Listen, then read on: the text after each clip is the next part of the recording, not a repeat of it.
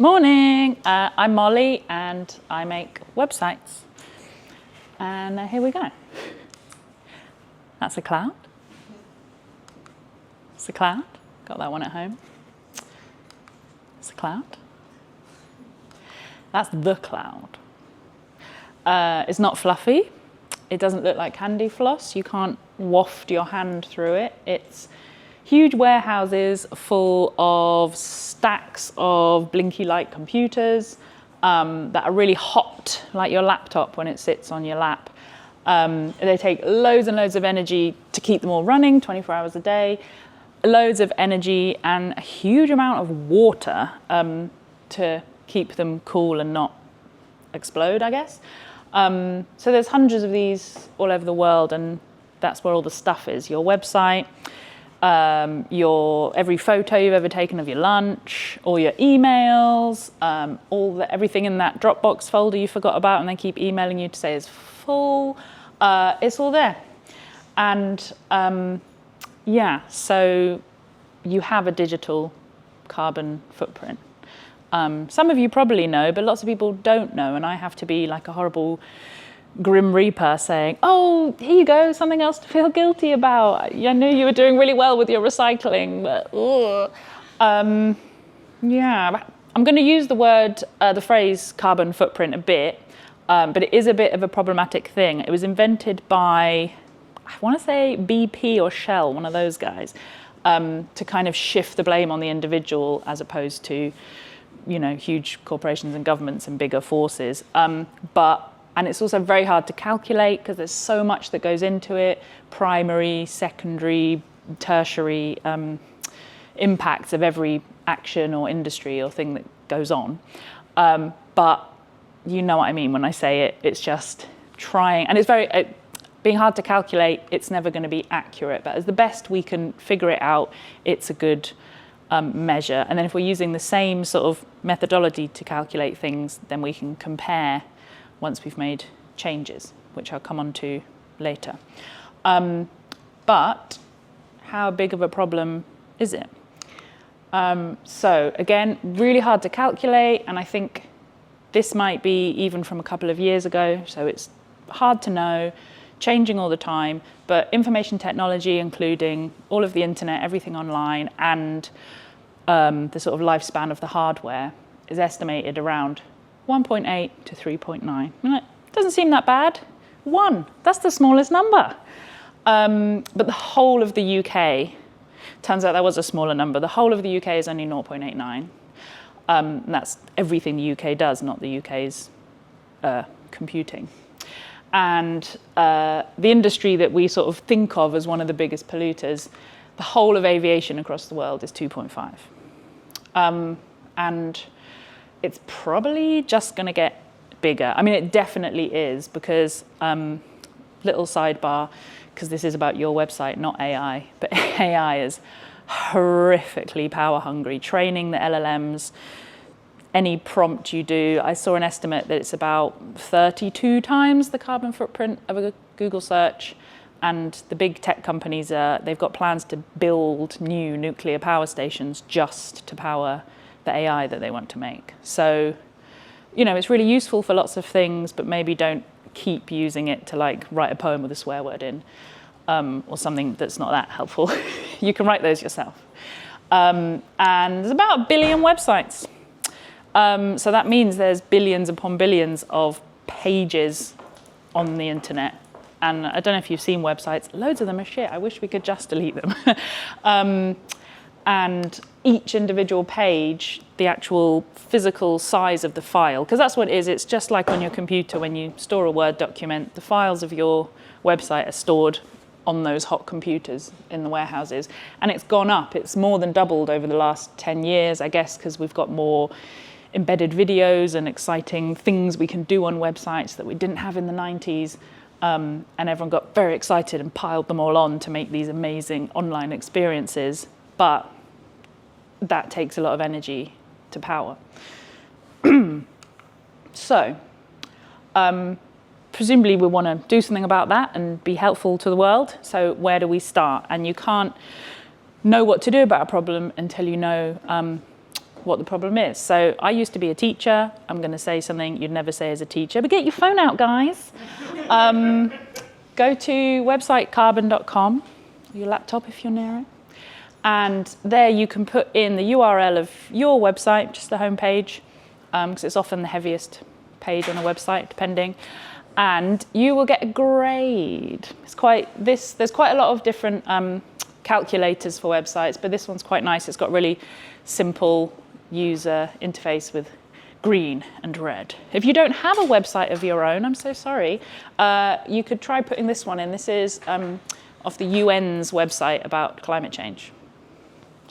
Just picked it randomly. So if you press go, you'll probably get a grade. Does anyone want to be brave and tell me what they've got?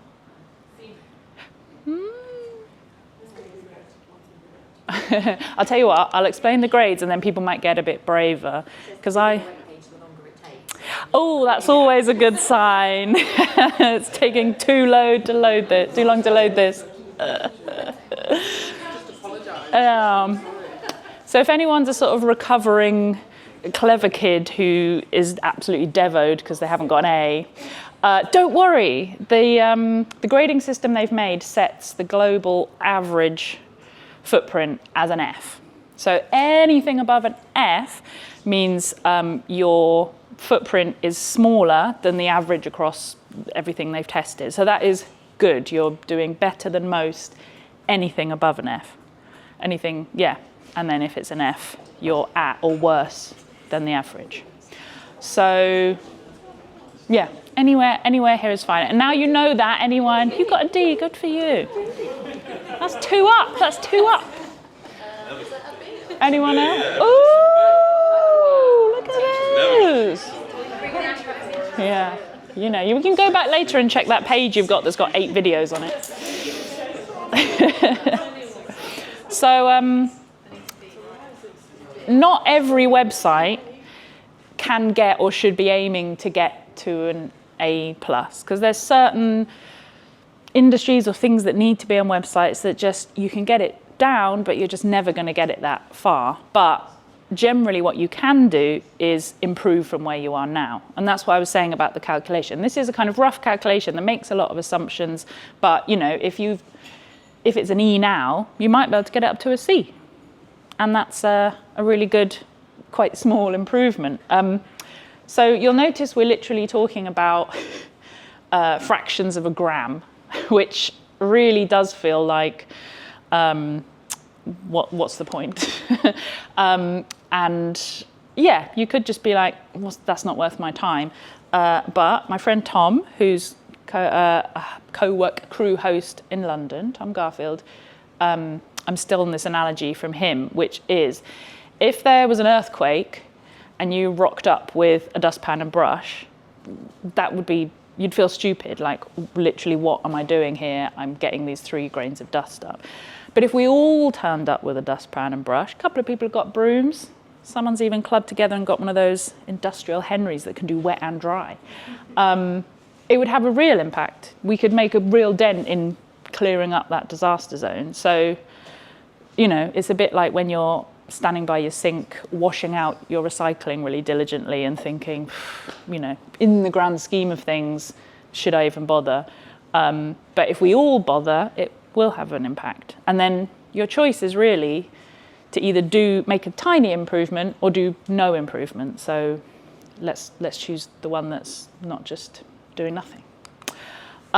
So if you want to improve that grade, the thing that will have the biggest impact is choosing the right host.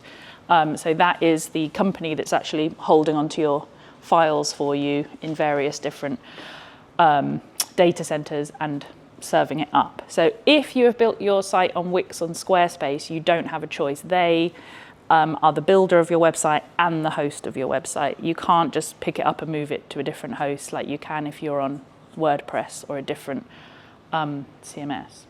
So sorry about that. But there are other things you can do if you're a Squarespace person.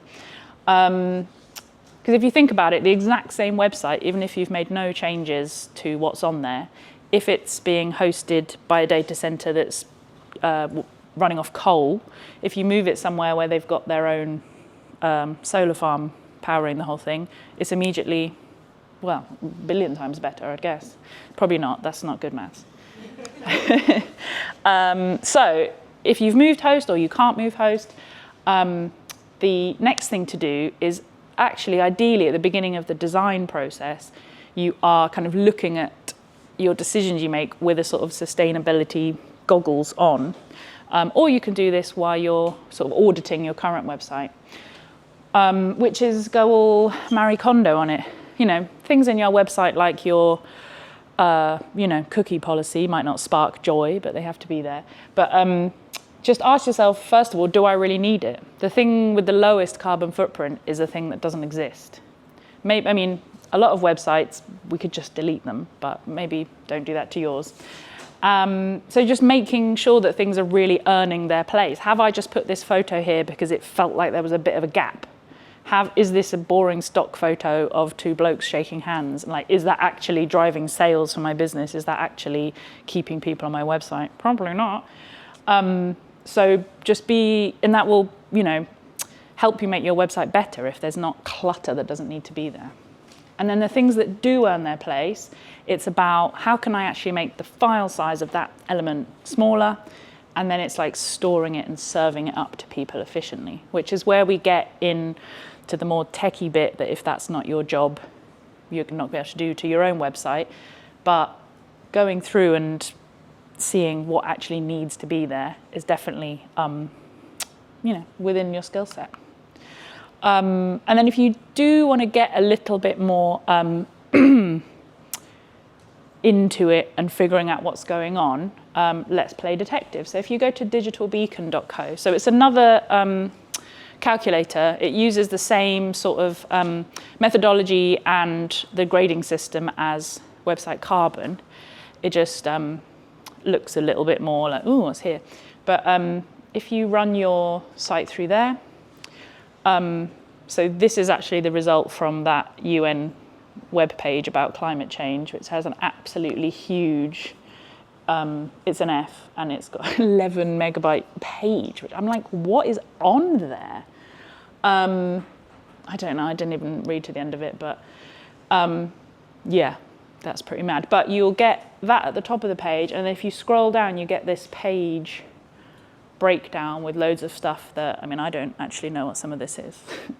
But it can just give you a bit of a clue about what's actually draining all the energy on this page. So the main thing is you can see your images and altogether how many megabytes or ideally kilobytes that's taking up.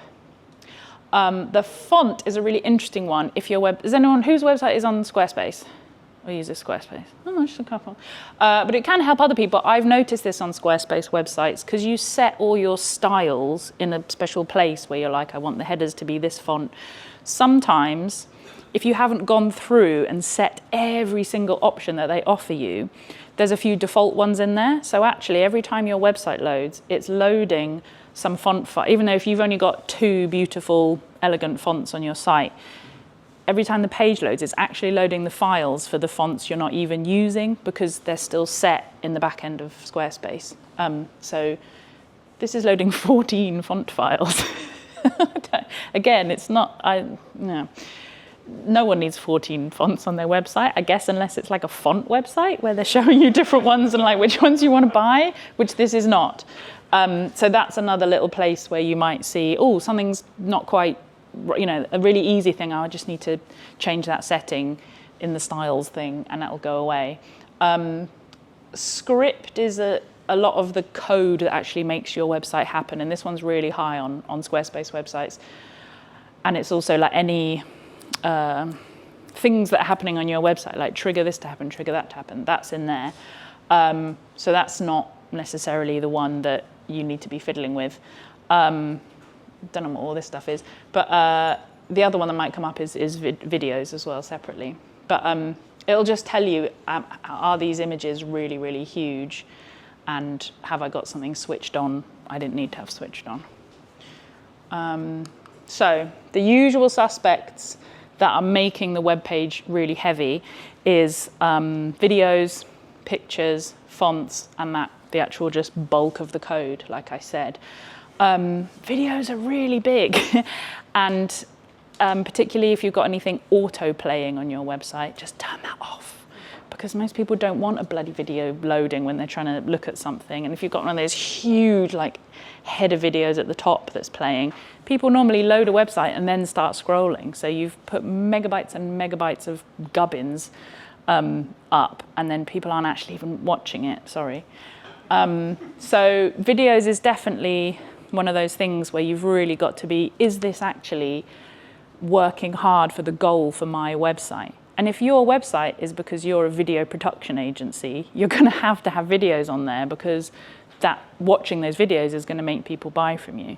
And then it's a case of just making it more efficient. And you might have, if you are selling a product and there's a video of real people using their product that really drives sales, you kind of want that on your website. And you might think about saving weight elsewhere on your page. But if it's just a video because you thought it looks fun, it's probably not worth it. And there are ways to sort of serve it more efficiently, but we can't go into that now. And then pictures is the other thing. Obviously, humans are visual creatures. You want to have pictures on your website. They do help to like make people identify with your project or your service, or lovely pictures of your face, so they want to work with you. It's some websites work because their style is very graphic or font-led, and so you don't need many pictures. But most websites, we do need them. So once you've gone through your Marie Kondo process and got rid of all the shitty stock photography, the pictures that are left, I'm going to just quickly show you how you can make them take up a bit less space.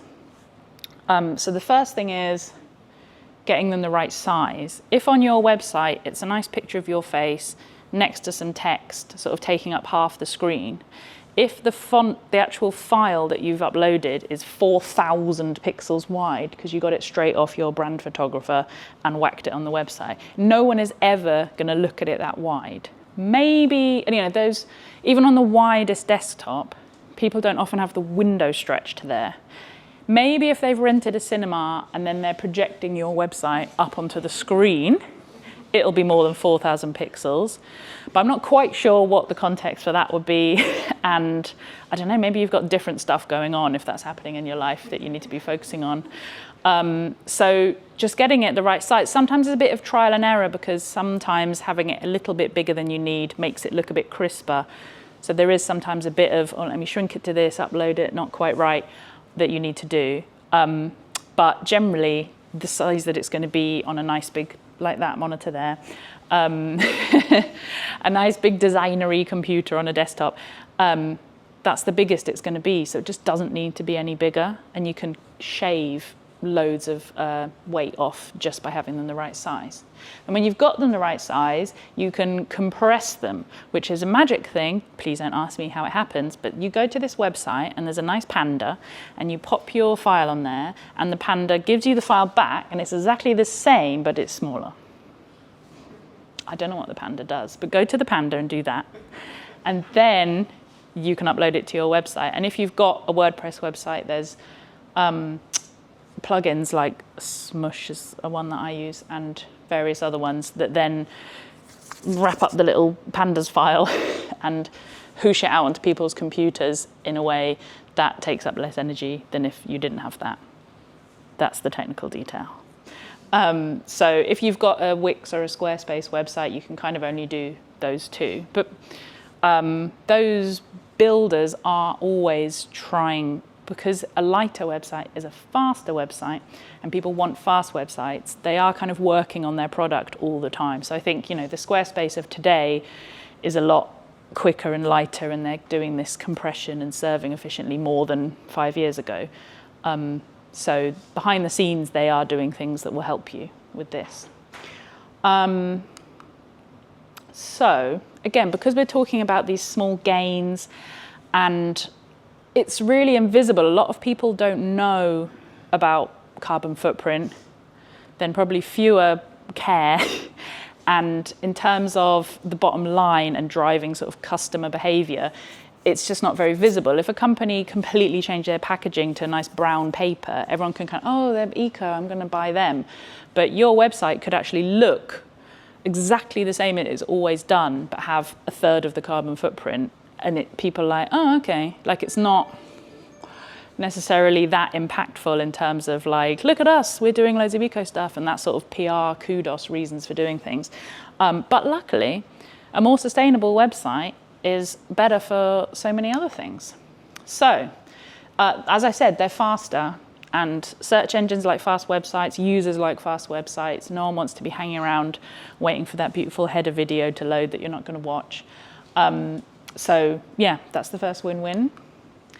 Part of that process of making sure everything's working as efficiently as it can is also about your user journey. If you've got a big overstuffed menu and loads of stuff to click on and people don't know where they're going, that is bad for your user experience and your conversions, and bad for the carbon footprint. If someone can get to your website, go, oh, I get to where they want to be in 3 clicks instead of 6 clicks, you've halved the footprint without doing anything fiddly with picture files and stuff.